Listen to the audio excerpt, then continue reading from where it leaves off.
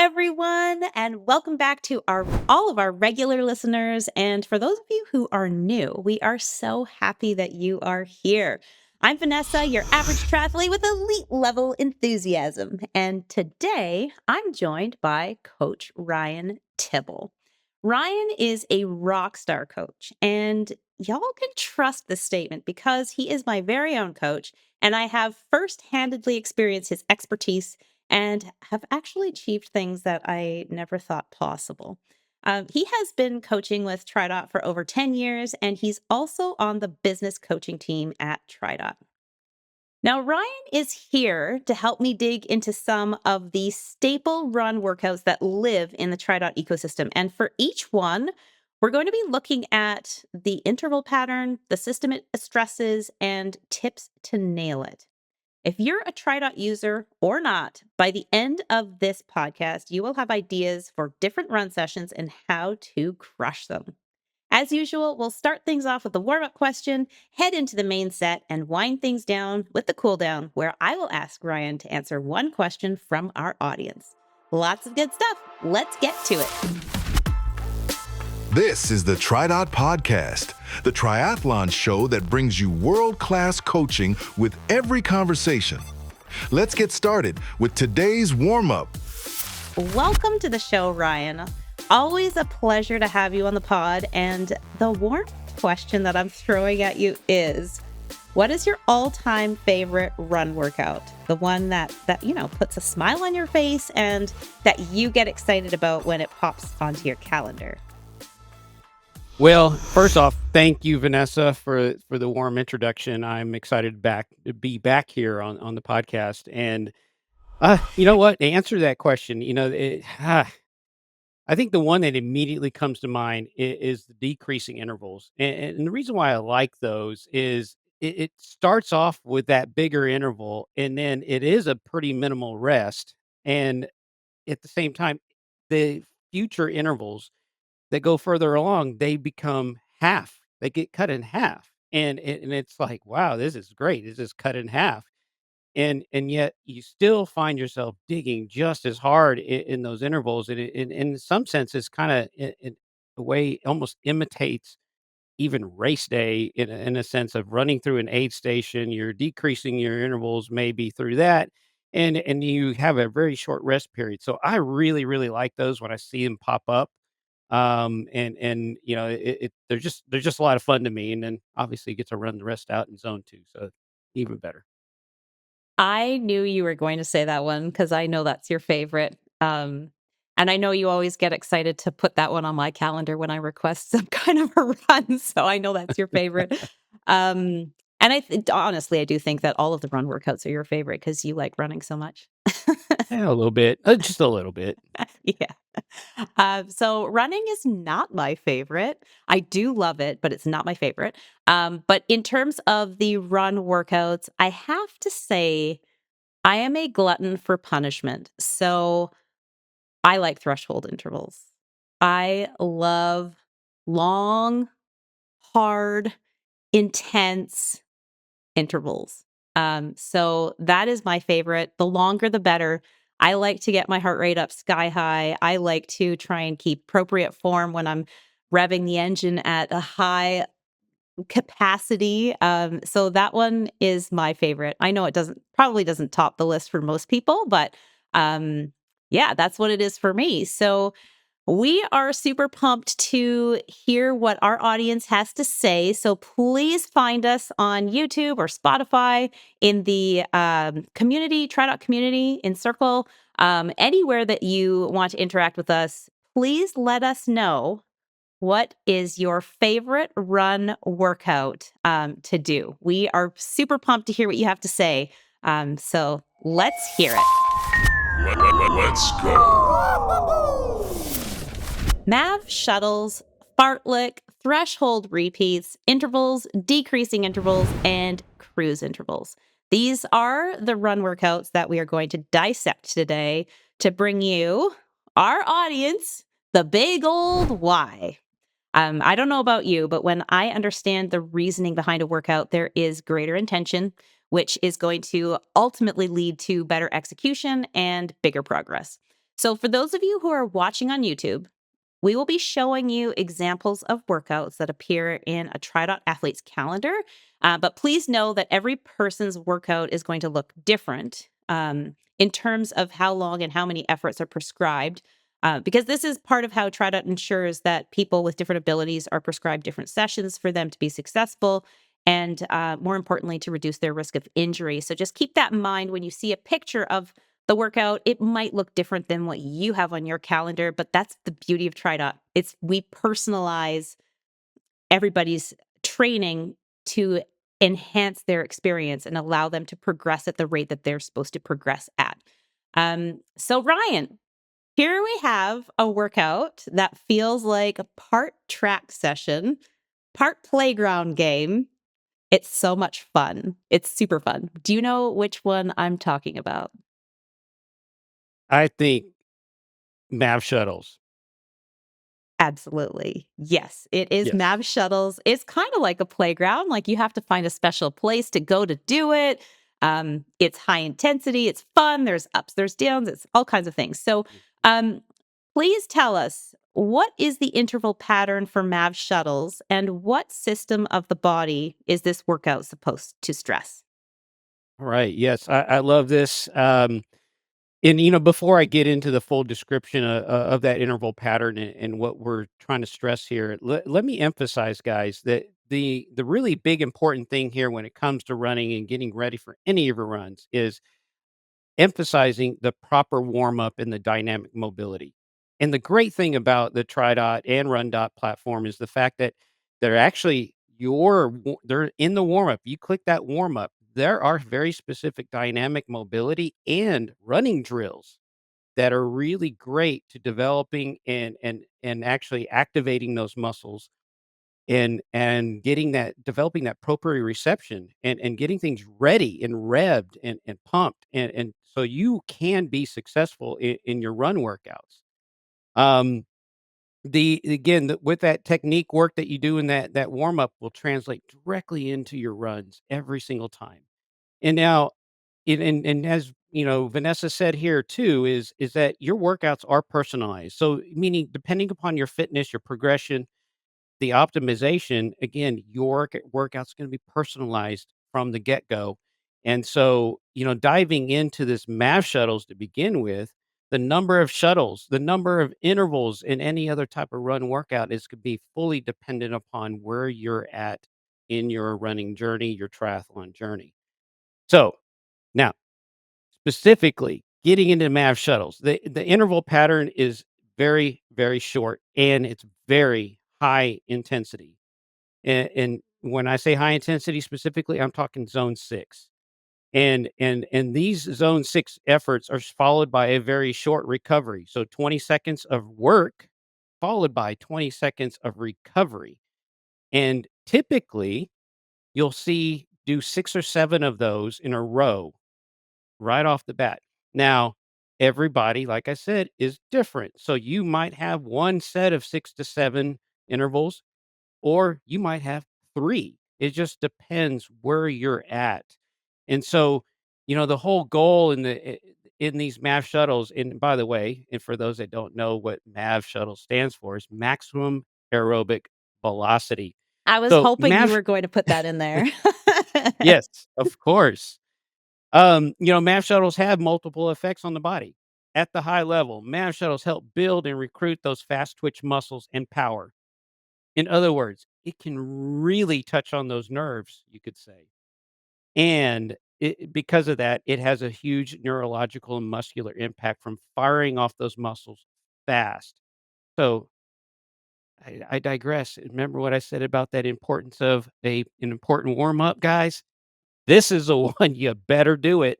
You better get those warm ups in and have it again, your body primed and ready because you don't wanna we don't wanna pull a hammy or anything, so that we don't want that for you. Um, Now, again, get those warm-ups in, get that done appropriately so you're ready to fire off as quick as you can, and you're actually gonna and I might talk about this in a little bit, but, we'll just leave it right there. Okay. Okay. That's awesome. Thank you very much for sharing that with us.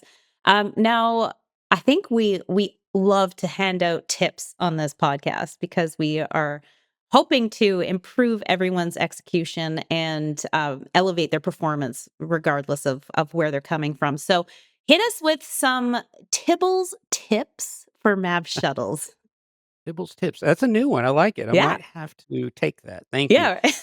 Uh, um, Typically, I like to do these in a repeatable area. I know you mentioned something about that at the very start, and I have done this in various places where whether I have there's a little section of street near my neighborhood that I know I have a starting point and an end point, and I know exactly where those should be in 20 seconds. So it kind of gives me a point of reference, and I'm going, all right, hammer away, get to that point, and you know you're just about done or done once you hit it. I've done them in parking lots, in my church parking lot, I've done them. So it's one of those places you kinda pick a place and stick to it so that way you can sit there and repeat it back and forth. That's a great tip in doing these and being able to repeat these and be consistent, and that's probably the more important thing. So, um, one thing, another tip I'd like to point out about these is that it's very important that in the first couple of shuttles, don't try to blast off like a rocket. Again, you are about to fire off so heavy and hard, but you got to be careful here, guys. You want to make sure you're primed and ready. So yeah, that warm up, but yeah, getting into the intervals is another part of it. So show some restraint. Go at it with that 90% ish effort. And remember, you're trying to fire off those muscles. You don't want to pull anything, like I mentioned. A couple of other tips I'd like to mention is your Garmin or any other compatible device. TriDot will push this workout over. And so it's going to signal you, at least I know my Garmin will, it'll start to do a little countdown.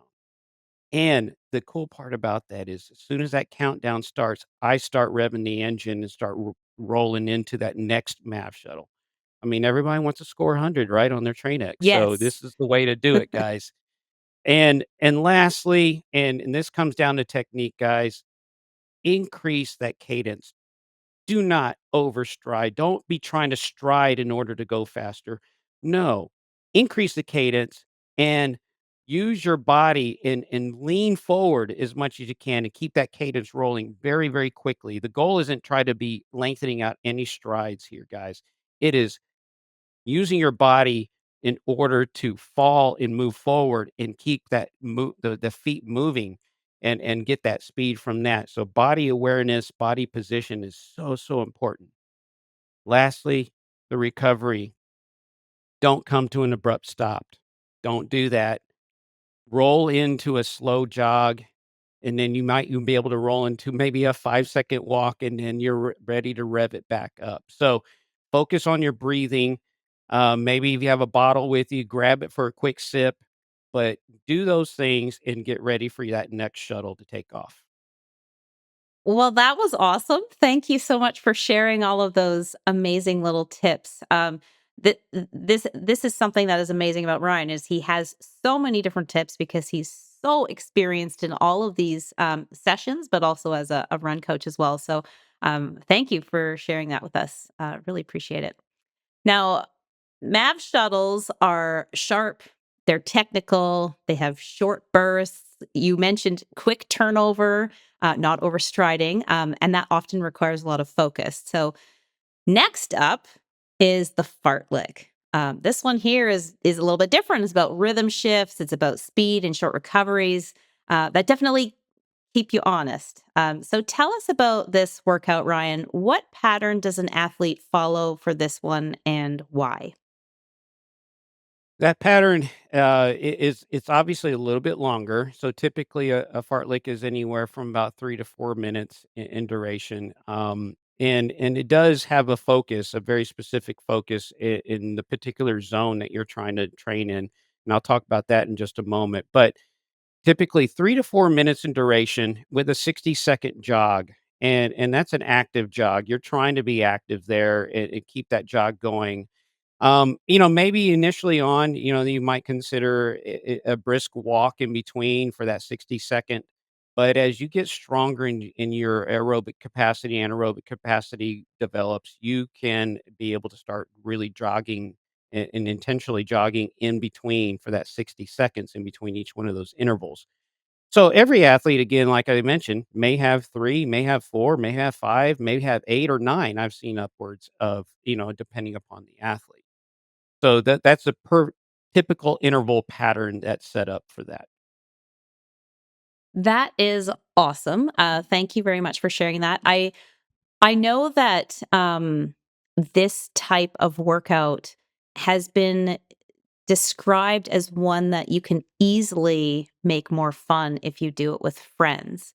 Matt Summer has talked about this on the podcast before and how to make your training more fun. And one of the sessions that he talked about was actually doing the fartleks and kind of changing it into a catch me if you can type situation. Which I really, really like for this workout. So if you're looking for something to increase the fun in your training, this style of workout is really good for trying to infuse a little bit of fun and maybe do it with your friends. Now, in terms of getting the most value out of the fartlek session, what tips do you have for athletes if they're going to complete something like this?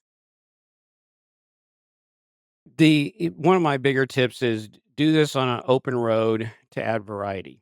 You might have some points, as you're running down the road, you say, maybe that light pole down the way or that light at the corner or whatever it is, maybe approximately 3 to 4 minutes away. Again, use that and it can make a game of it, like you mentioned earlier with Matt. And but focus on making that last fartlek as strong as your first one. So in other words, don't go out too fast on the first one or two, because again, you might have again 4, 5, 6, 9 intervals. And the goal here is not to fade in those back ends, but again, not to overcook the front end, because that can tell a story for you. If you fade in those last few, what did you do in the front couple that may have turned the table for you? And something I do wanna mention here is that too, is that, with that fartlek, you are focusing on that zone 4, that threshold zone, that really one of the most productive zones that you can work on.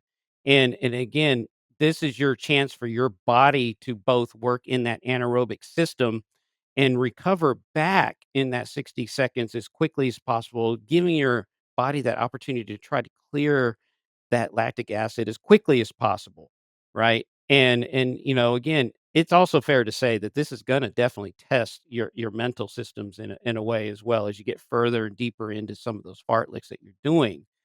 So a lot of fun stuff with fartleks. I agree. These are short, they're sweet, but the rest is minimal. And again, it teaches you and gives you an idea of learning your own body and how you recover quicker or not yet, but know that you will get there.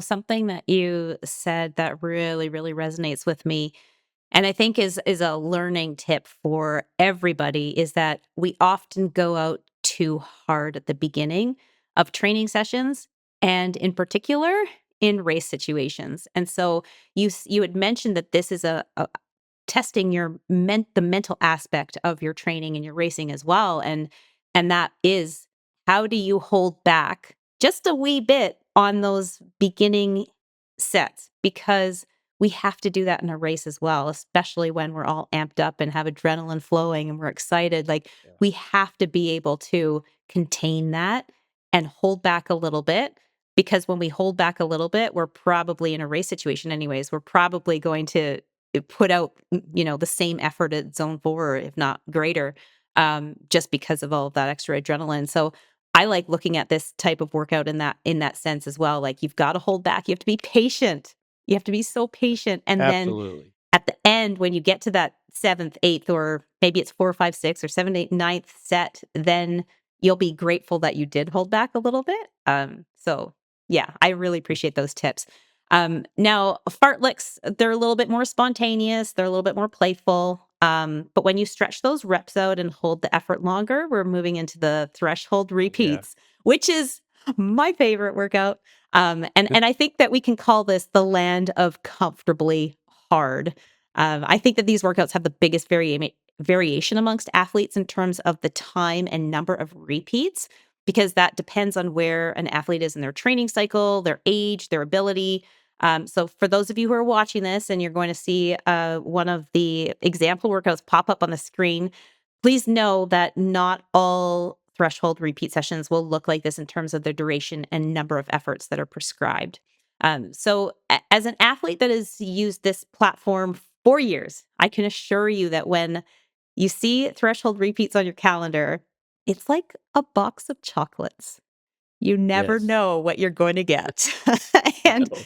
that's like for me, and I'm the same athlete. So regardless, when it's titled threshold repeats, you don't know what's coming. So it really does have a lot of variation when you even compare from yourself to another athlete. So keeping that in mind, Coach Ryan, what is the basic pattern for threshold repeats, and what is the purpose here in terms of the physiological response we are hoping for?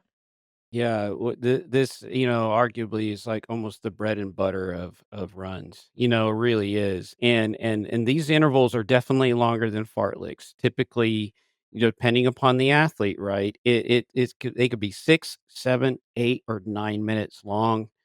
And that's a whole box of chocolates like you mentioned. It's like, "Oh, I see threshold intervals on my calendar," and you click on it, it's like, "Oh, boy, here we go, 3 by 9 today."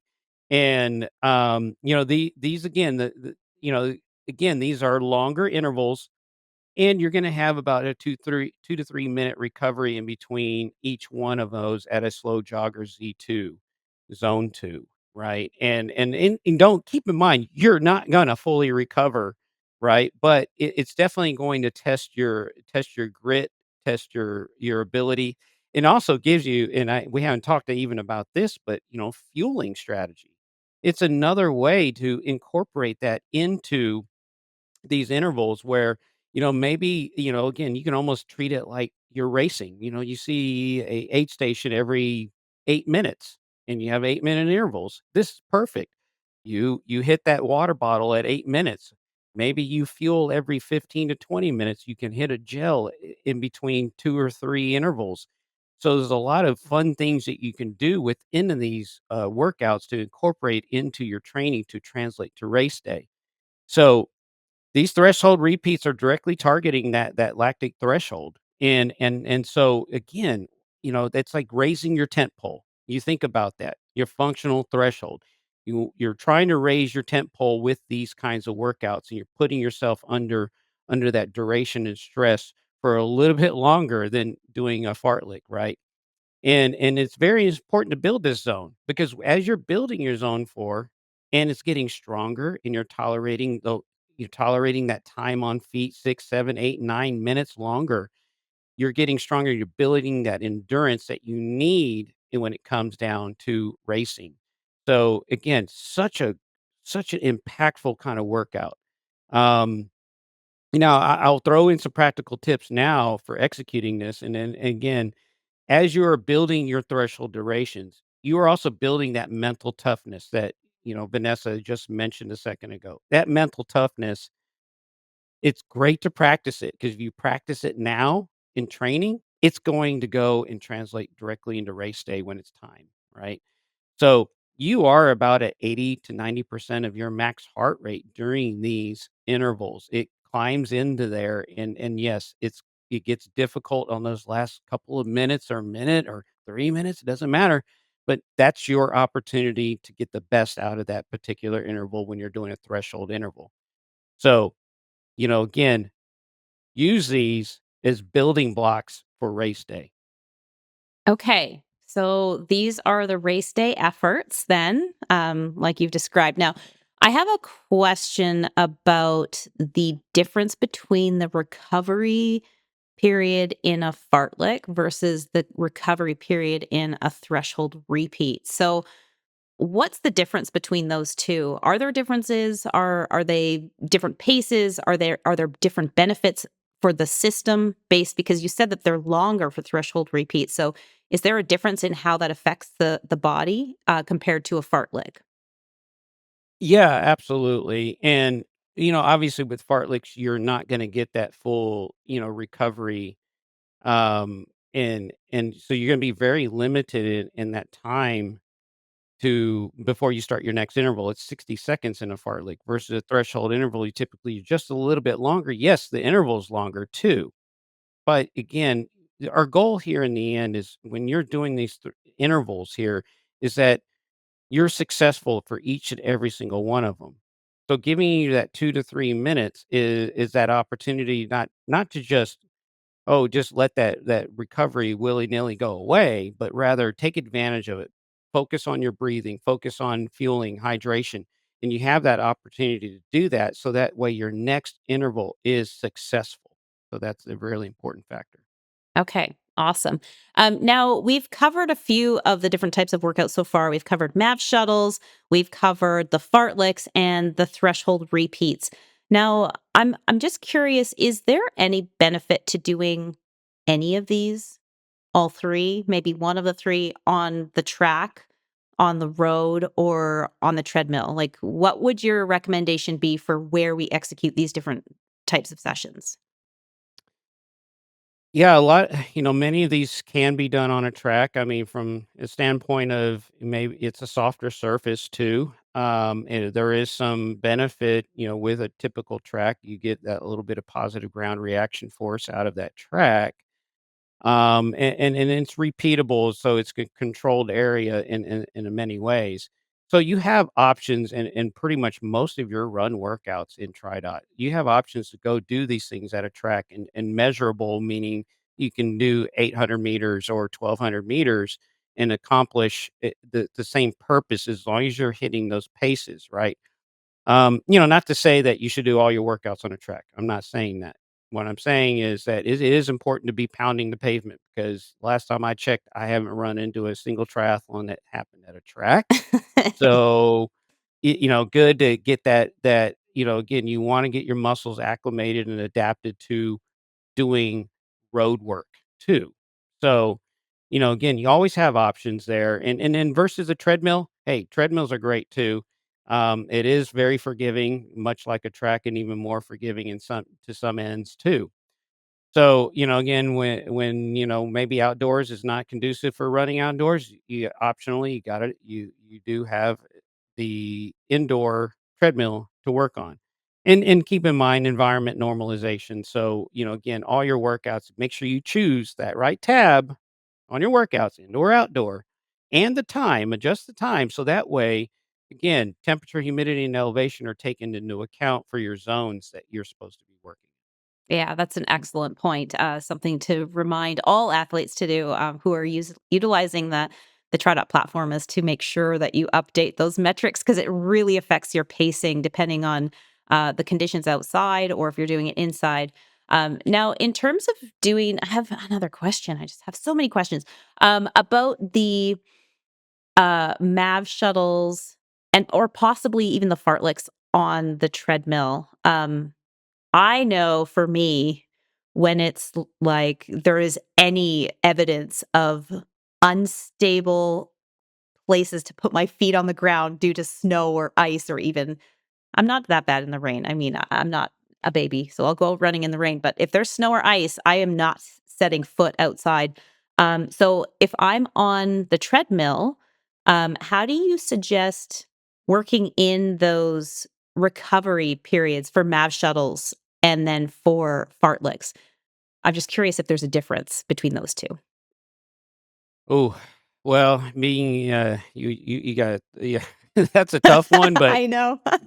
I think, I mentioned earlier, and I have to, make sure I repeat it again. But, MAV shuttles, you try to avoid the abrupt stopping because you got 20 seconds. And so, of course, on a treadmill, you're kind of slave to the treadmill. It's like by the time you slow it down, it's time to start the next repeat.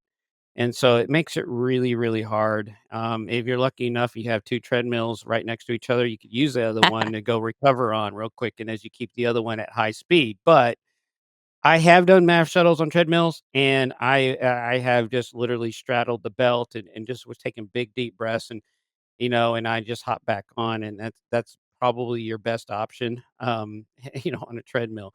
As far as fartleks go, I mean, you have time to downshift essentially the treadmill into a more comfortable jog that you should be in during that 60 seconds. It should be enough and then you can ramp it back up appropriately. You've got time to do that, when you're doing fartleks or even any other intervals for that matter. Okay. That is awesome. I really, really like hearing you say that because it's exactly what I do. So hopefully that's helpful for all the other people out there. Now we're going to be moving into intervals. That's the next one that we're going to be talking about. So for intervals, I know that these are really important in a training cycle. And I know in TriDot in particular, they show up at a very particular time throughout the training cycle. So can you explain to us here what the purpose is of this interval pattern and why it is so important for us to be able to do this type of workout? Yeah, this is, I had a when you first asked the question about what is my favorite workout, it was a toss up, between those decreasing, intervals Mm-hmm. and intervals here Uh-huh. that we're talking about. Just these are workouts. Intervals are labeled straight up intervals. Right. And the reason why I like intervals, one, it's actually working in a bigger zone than most of your other run workouts, with the exception of Mav Shuttles. It's working in zone number 5, guys, your VO2 max zone. And so when you see these come about, yes, they are timed appropriately.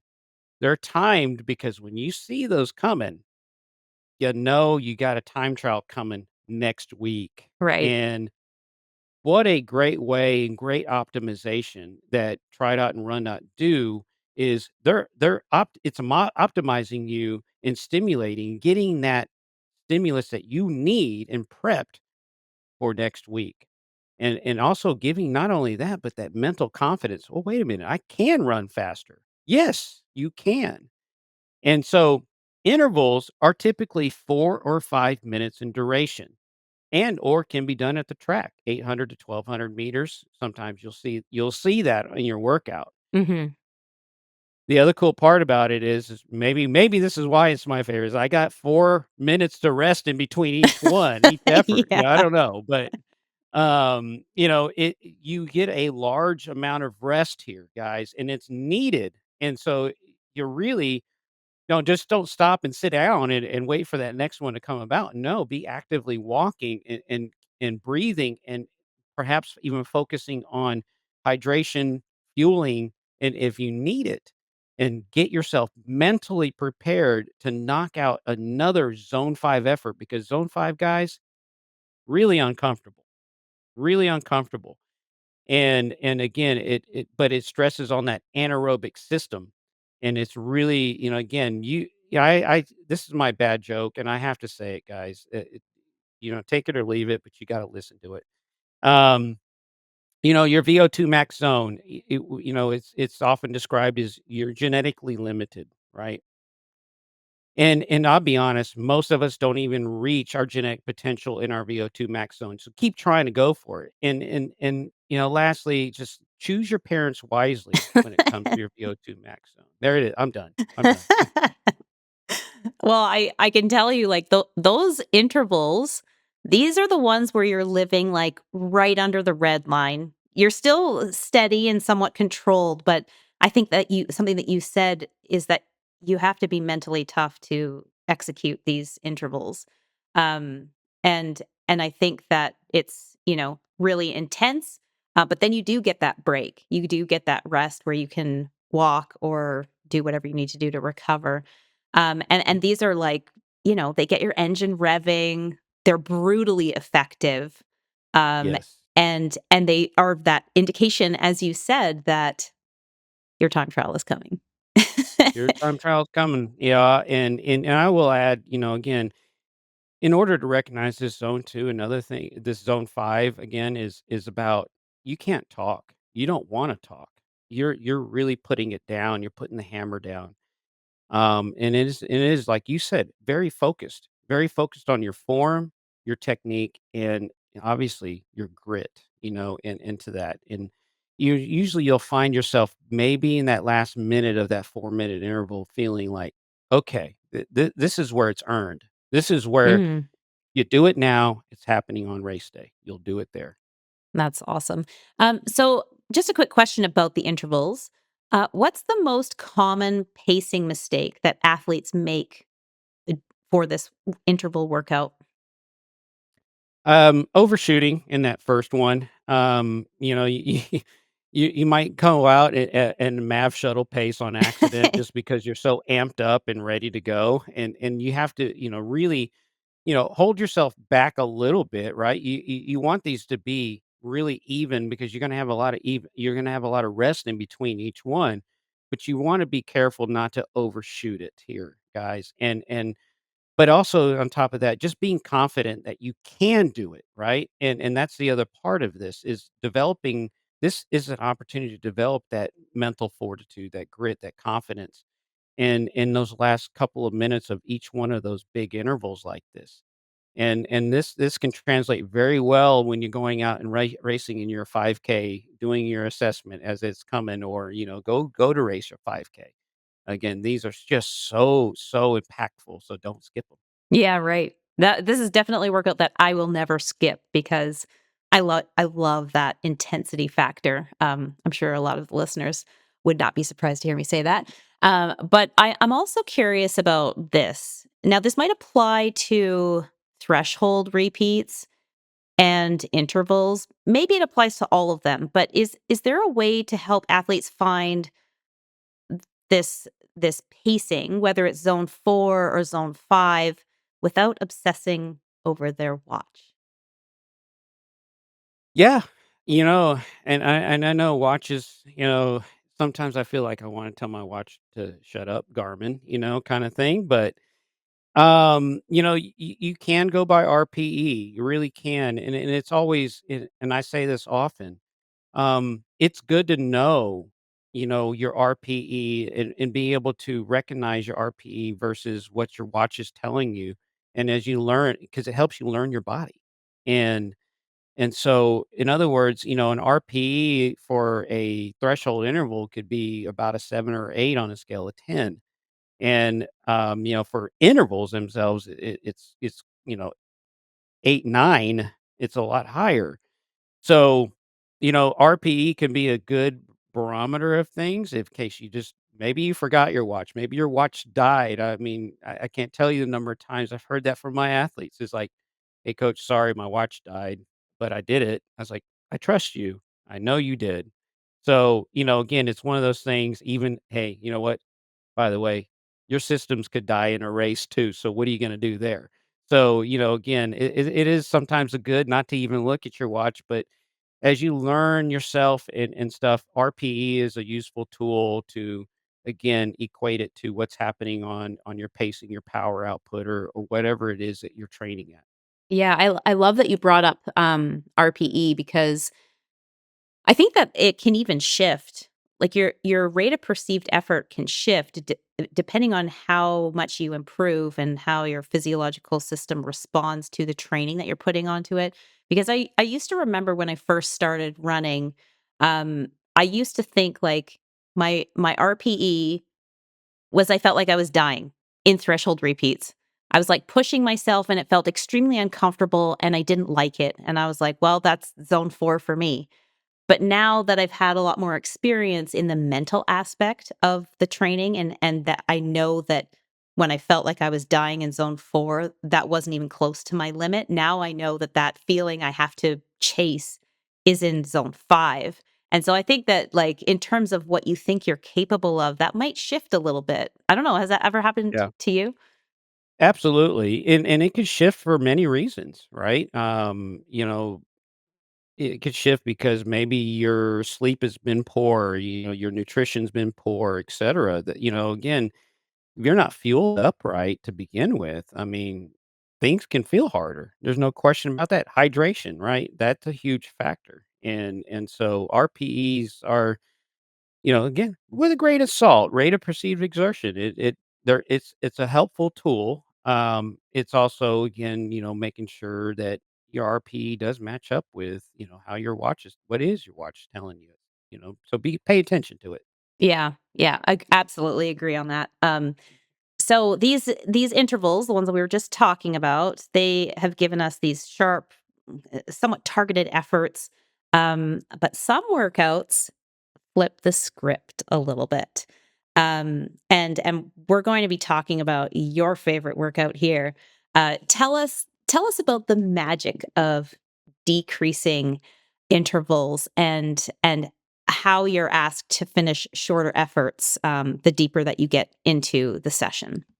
Yeah, great question. And yes, they are my favorite, as I mentioned at the beginning of the podcast. Because the length of intervals literally decreases as the workout goes on, and they decrease and cut in half. And for whatever reason, I kind of like that piece of it. But for example, again, your first couple, or maybe it just depends again on your optimization, your personalized programming. You might only have one 6 minute interval at the front end, or you might have two, or you might have three, and then just know that your future ones are gonna get cut in half down to 3 minutes, and then your future ones after that are gonna cut down to 90 seconds. So, but, again, in these that if you have a 6-minute interval in duration followed by you do follow that with an extremely slow jog to recover in between each interval. This is in many ways is very similar to racing in some instances when you're seeing the, aid stations, right? And then the next intervals, again, we come into the next set could be 3 minutes in duration with the same amount of recovery, 60 seconds. And so now your work period has gotten shorter, but yet your rest period has stayed the same, right? And then you go into another set that has 90 seconds of work, but still 60 seconds of recovery between each interval. Now, a common mistake I do see is when athletes like decide to blow up that 90-second intervals and they end up in a much bigger zone than they belong in. So you have to, as a coach, it begs the question: did you sandbag that first 6 minute, those other 6 minute intervals? Did you do something wrong there? It's a learning, guys. It's not. We're not. Perfection is never needed, but learn from that and go. Well, I had too much in the tank on those 90 seconds. Yeah. So that just gives you an idea that maybe you can push harder in those first 6 minutes, right? So, yeah, that's probably one of the best training tips I can mention regarding these is like, you know what? Your last intervals should be as strong, but they're not supposed to necessarily be stronger. So you have to question, did I go hard enough in the beginning? Okay. So this is something that I really struggle with actually. Is I'm that athlete who likes to speed up the shorter the intervals get because I'm like, hey, it's only 90 seconds. Anyone could do that for 90 seconds. Is there a disadvantage to doing that? Like what's the harm in getting faster as those intervals get shorter?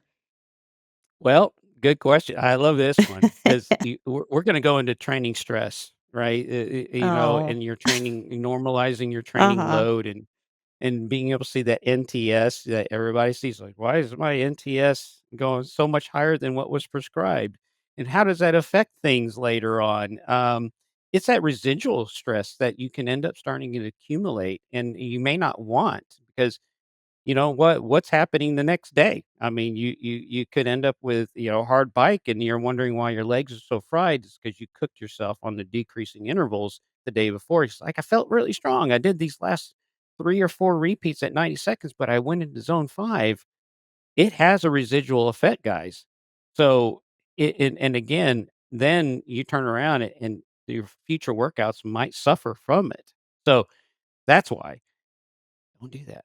I know. I know. It's just so hard to hold back, but I think in this kind of a situation, it's really hard to stop once you get started. So I think the key is to not get to that point where you're going too fast at the end, and you have to ask yourself consciously, what will future me like better? Will future me like the satisfaction of knowing that I got faster? Like no one cares. No one knows that you got faster as you went on, but the next day or when future me is doing that bike workout the next day, future me might not like the outcome of Mhm. not being able to push as hard on the Exactly. bike. Ah, you're always so right and full of wisdom. Oh my goodness. Okay. So How how do you coach athletes to execute this session then so that the benefit is truly maximized? You know, set that mental attitude right to begin with. And this is maybe why I do like these so much. It's like I know that my first 6-minute intervals need to be strong, really strong. And, but disciplined in staying in my zone 4 where I belong, right? And if I am, you know what? If I finish those last 90 seconds and I'm just as strong, that is huge confidence boost, guys. And that's what I like about it is that, again, if I went really strong in the first ones and I was just as strong on the back end, but not overly shooting it, I've done what I needed to do today. Your time will come to run at those harder intervals in those intervals that are zone 5. Don't worry about that. So just focus on what's at hand. Have fun with those first 6 minutes and make those your bigger focus. And then, again, the rest will follow well. Yeah, I think the thing that I love the most that you said about that right there is having the intention before you start. So knowing that it is easier potentially to go faster at the end than it is at the beginning, and so to be prepared for that and to practice what you're going to implement into that session. I think that's so valuable, and I think that anytime we approach any session with an intention, it makes it that much easier to execute with greater, I don't want to say perfection, but to get those higher train X scores, because when we know that when we adhere to our training program that's prescribed to us, the outcome is in our best interest. Like we don't want to overdo those sessions because that's not in our best interest for whatever reason, whether it's leading yourself down the road to injury or, not being able to execute your future sessions and getting the maximum training benefit out of the next couple of days. So I think it's really important to be mindful about that. So thank you so much for that reminder. Um, I know that these decreasing intervals definitely test you in an interesting way that we've described, whether it's physiological or whether it's mental. And that's comes from the patience and the mindset that you have to go into those. Now, cruise intervals, on the other hand, these ones test your ability to stay steady and they're a little bit sneaky because Hmm. each rep can feel manageable, but by the end, you've built up this mountain of threshold work. So, Ryan, talk to us about what are cruise intervals and why we do them. Yeah, these are fun. I mean, I feel like I say grip building for all of them, but gosh, they That's are. running. I Running mean, is grip we are. building. Yes, I mean, we're here talking about a lot, all these intervals. I mean, we are speaking on the high end of some of our run workouts, right, today. But cruise intervals are going to be, longer than fartleks, of course, but slightly and typically slightly shorter than most threshold repeats that you'll see. But they usually are right around that 6-minute duration. Most of your threshold repeats are most of them around 7, 8, 9. I did mention 6. Occasionally they are there. But specifically on cruise intervals, they're about 6 minutes. And so they're also followed by a very short rest at 60 seconds. And that rest is meant to be done at a very slow jog. It is there to essentially I like to think it's there for, like, kind of like timing aid stations too. Again, I go back to race day. It's like you're going through an aid station, you might be through a slow jog or a really fast brisk walk, and you're preparing for that next interval to make it a quality interval. So, not only you physically preparing by having, more hydration, fueling, you're breathing and really trying to get that CO2 back out of you and trying to let that body process that lactic acid too, and getting you prepped and ready to hammer out that next cruise interval. And again, I like to say envision yourself on race day. What would you be doing? And these kind of serve in that way in many aspects. Okay. Okay. So how short should these recoveries actually feel? Like that you said they're short, but how should they feel? They do feel short. Uh, um, they really do, and as your fitness continues to improve, your aerobic fitness and your anaerobic fitness continue to improve, and your body's able to process that lactic acid quicker, and you become more fit, right? And stuff. They should start to feel better. And I think in the end, consistency is king. And if you're consistently hitting your sessions, and I mean, there's so many other things we can talk about that helps with being consistent. Of course, recovery, nutrition, all the other things that a coach can definitely help you out with. So yeah, I can't say enough about these, but the fact is that that rest period is it's gonna go by quick, guys, Yeah. and you need to maximize your best in that rest period through that, and really focus on being intentional through that rest and breathing and etcetera, doing those things I mentioned.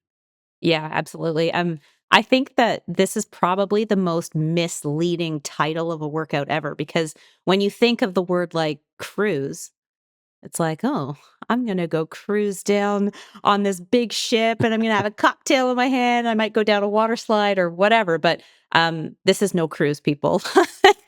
This is no cruise. And so I'm wondering if you have any mental tricks, to keep these Yeah. smooth and maintain effort all the way through to the end. Yeah, I kinda look at cruise is to set the mindset, I am cruising. Like, this is, potentially, my once I get into this, I do feel uncomfortable. It's maintainable, though, Mhm. and I kinda put that mental in my head. This is uncomfortable, but it's maintainable. I know I'm in zone 4. I see it on my watch. I feel it, and, again, I equate this back to racing and just building that mental fortitude, that grit, that physical feeling as well, and, again, that's what it's about, and one thing I will say is, guys, we all talk to each other, but we seem to only talk in our own heads, right? And when I talk about that positive attitude, what I'm talking about is you actually physically saying out loud during a cruise interval, "You got this. Push. Keep going. Move." Keep the words positive.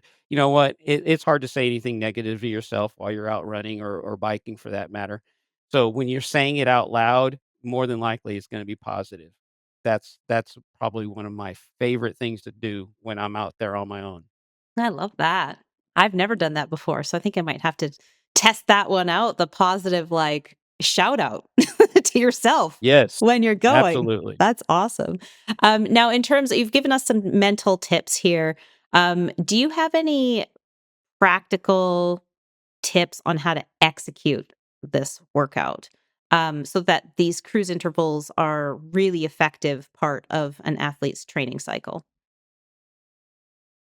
First off, fuel, guys. You gotta fuel up, right? And that goes for any of these workouts that we've been talking through. But these are long, they're not super long. They're like not thresholds, but they're really close to it. And fueling is gonna be a key part of prepping yourself before you even get started. And then I do mention obviously earlier on muscle activation and doing the drilling to and reinforce body position and actual physical movement while running to maintain posture and form. So these are, again, when you're coming at these intervals, like cruise intervals, for example, be intentional from the get-go before you even set foot outside and hit those things that you're supposed to be doing as far as that what I've mentioned already. Um, Outside of that, it just, again, keep up, and I've already talked the mental side. Just have to be, mentally prepare yourself and be ready to hammer it out and get after it. I'm curious because I know that you're the type of person who has amazing posture and form, and you're able to maintain that throughout the entire session. And I've even seen you maintain it when you're hurting really bad at the end of a race. So can you tell us about what do we have to say to ourselves when we're tired and our posture and our form might be deteriorating? Are there any cues that you might give yourself or any of your athletes that will allow them to continue on with their posture and form? Wow, good, really good question. One of the things I do, and I do take advantage is that during the rest period, even I've done it during the interval itself. Um, you know, this is a very common error for many, is they tighten up. They get tight, their hands are tight, their shoulders crawl up by their ears, and they're so wound up and tight that, yeah, their form starts to fall apart. They're no longer bouncy, not taking advantage of a lot of things. Their cadence slows down. A lot of things just fall apart, and you have to literally press a reset button in yourself and say, "All right, maybe during that rest period, you focus back on, let me drop my shoulders, drop my hands down by my side, and then bring them back up and get back into form."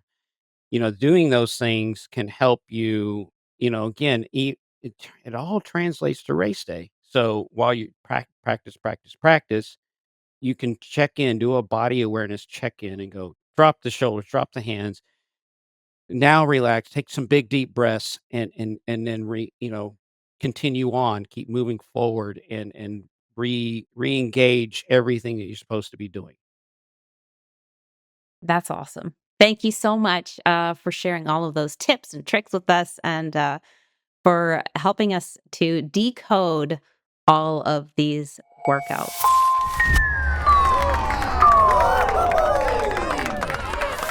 All right, everybody, it is cool down time. Thank you so much for joining us all the way through to the end. We have been asking our audience to send us questions, any means that you want to do that, whether you want to message one of us or you want to click on the link on the podcast webpage to leave a voicemail. Reach out to us on social media, ask us your questions. So we have a submission here from Matthew. And the question is on execution. So I'm reading this as if I am Matthew. This one is for you, Ryan. All Should right. I dial down the pace even more to keep my heart rate in check? I've been told to stick to the pace when pace is the session goal, but having my heart rate in zone 3 for the majority of the long run does not seem ideal. Now, I'm going to give you a little bit of background on this one. There was a lot more that was written, but I truncated it a little bit. This person was struggling specifically with humidity, and temperature. So that was Mm. affecting their ability to go back into that zone 2. So, what would you say to that to make sure that um, someone's heart rate is kind of in tune with their pacing, or if it doesn't even matter at all? What do you think? It does matter, but I want to get down to the bones of this question, because you mentioned that this particular workout was by pace, and being that it was a setting goal of the workout, you're gonna, yes, your heart rate may be elevated, and I'll take into consideration the other factors you just mentioned. But yeah, run at zone 2 pace, and here's why. Um, in a to ex It's because on race day, you're gonna be at the tail end of a race. You're gonna be tail end of a run, whether it's a triathlon or a running race. Your heart rate's gonna be elevated. You're gonna be in that zone that, maybe it's not the zone you wanted to be in, or maybe it's a higher zone, for example. But you have this opportunity now, while this is a pace-setted workout, to maintain pace even though your heart rate is elevated outside of zone 2 when it says remainder of time in zone 2 pace, okay? Now, to address the humidity and temperature piece of it, one thing is this time of year, obviously we're getting cooler now, but depending upon when this airs, but the fact is I live in Texas. So it's really important to make sure that when you're going out for your run, that you are changing the time of your workout so that it's taking into account the temperature, humidity, elevation too. And so it's adjusting your pace zones appropriately. Now, that might line up better in this particular workout if those were adjusted too. Not to say it would guarantee that. The other factors are hydration, fueling, pre-hydration. So these can affect your heart rate directly. Absolutely. If you haven't fueled right, you haven't hydrated right, you haven't done these pre things right, that can affect it too. I'm going to go even further. Maybe your aerobic capacity hasn't been is as strong as it should be, right? Not yet. Not yet. So I want to keep it positive, guys. Not yet. But when you have those zone 2 heart rate runs, that's all zone 2, that's where you focus on making sure your heart rate stays exactly where it needs to be, right? Regardless of pacing. If that causes you to walk, walk. Keep that heart rate exactly where it needs to be. And you're going to see that translate over to these runs that have these intervals and then the remainder of time in zone 2. And you're going to start seeing your heart rate and your pacing lining up. Always envision the finish line, guys. And your heart rate is in Matthew, your heart rate's going to be elevated as you get there. And so just kind of envision that day that you're gunning for that finish line, and this will all pay off in the end. Thanks for listening to the TriDot podcast. Help us out by leaving a rating and review on your listening platform of choice. For more opportunities to learn from our coaches, check out our YouTube channel and follow TriDot Training on social. Ready to train with us? Head to tridot.com and get started for free. Until next time, happy training.